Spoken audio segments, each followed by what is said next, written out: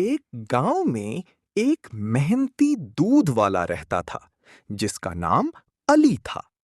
अली हर सुबह सवेरे उठता, अपनी गाय का दूध दोहता और साफ सुथरी बोतलों में भरकर गांव वालों के घरों तक पहुंचाता। वो निहायत ईमानदार था और कभी दूध में पानी नहीं मिलाता था। एक दिन रास्ते में उसे एक जख्मी बिल्ली मिली। अली ने रुककर उसकी मदद की और उसे अपने घर ले आया। उसने बिल्ली को दूध पिलाया और उसकी देखभाल की। कुछ दिनों में बिल्ली ठीक हो गई और अली के साथ रहने लगी। गांव के बच्चे अली से बहुत खुश थे क्योंकि वो हमेशा उनके साथ प्यार से बात करता और कभी-कभार उन्हें मुफ्त दूध भी दे देता।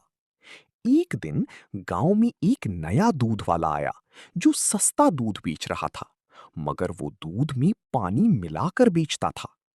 जल्द ही लोगों को उसकी हकीकत का पता चल गया और सब दोबारा अली से दूध लेने लगे। अली की ईमानदारी और मेहनत ने उसे सबका पसंदीदा बना दिया। इस कहानी से हमें सबक मिलता है कि ईमानदारी और मेहरबानी हमेशा कामयाबी दिलाती हैं। चैनल को सब्सक्राइब करें और खूबसूरत कहानियाँ देखने के लिए।